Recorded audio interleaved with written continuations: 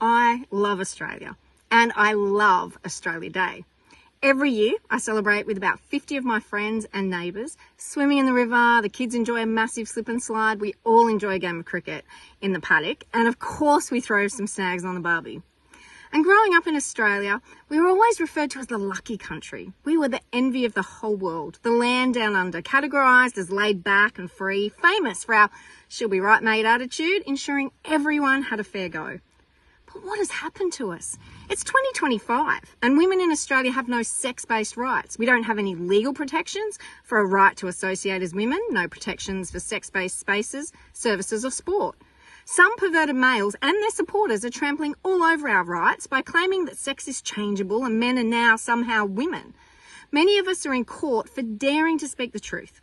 Very few political leaders will stand up and state the facts, the evidence-based science, or the reality that no human can change their sex and that women deserve sex-based protections. Our government, the courts and the media boast about removing child safeguarding and putting them on catastrophically harmful pathways that render them sterile, without sexual function and with other lifelong medical issues. The politicians that have created this must hang their heads in shame. The politicians that continue to support this are just as disgraceful. Labor and the Greens boast about their abuse of women and children.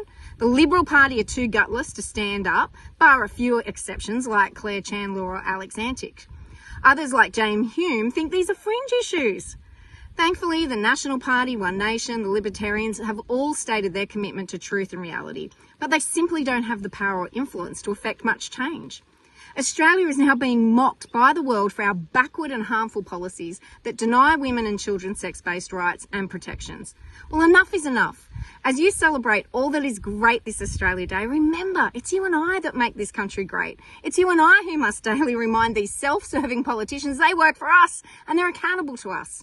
It's you and I who need to act and speak out loudly and persistently. Happy Australia Day to all of you. Let's take back our great nation and restore common sense, dignity, fairness and truth. Because after all, there are only two sexes, male or female.